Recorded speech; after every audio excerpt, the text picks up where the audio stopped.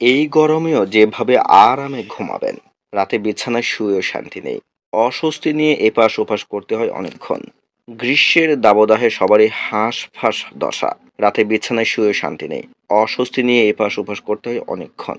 গরম দূর করতে না পারলেও সাধারণ কিছু নিয়ম মেনে শরীরে অস্বস্তি দূর করতে পারবেন অনেকাংশেই। এক, হালকা খাবার খান। রাতে ঘুমাতে যাওয়ার আগে অনেকে ভরপেট খেয়ে নেন।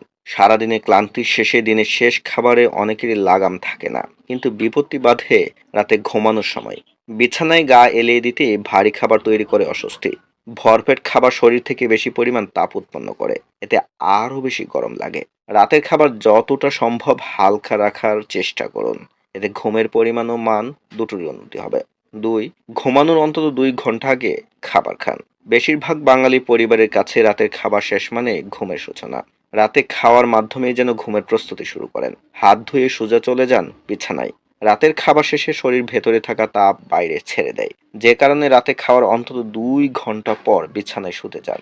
এতে ঘুমের মান ভালো হবে। তিন, ক্যাফিন পরিহার করুন।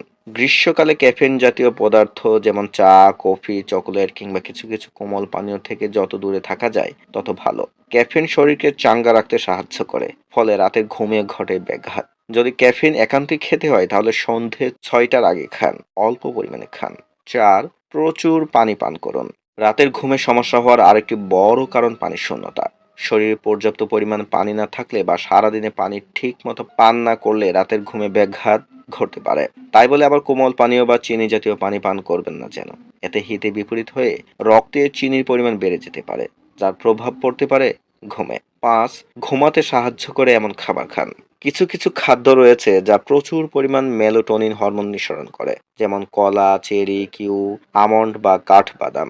এসব ফলমূল শরীরের মেলাটোনিনের পরিমাণ বৃদ্ধি করে, যা ঘুমের মান বাড়াতে সাহায্য করে। ছয়, তেল ও ঝাল খাবার থেকে দূরে থাকুন। তেল ও ঝাল জাতীয় খাবার হজমে সমস্যা তৈরি করে, রাতের ঘুমে ব্যাঘাত ঘটায়। সাত, হালকা পোশাকে ঘুম। ঢিলেঢালা পাতলা সুতির পোশাক বা গেঞ্জি কাপড়ে বিছানায় যান।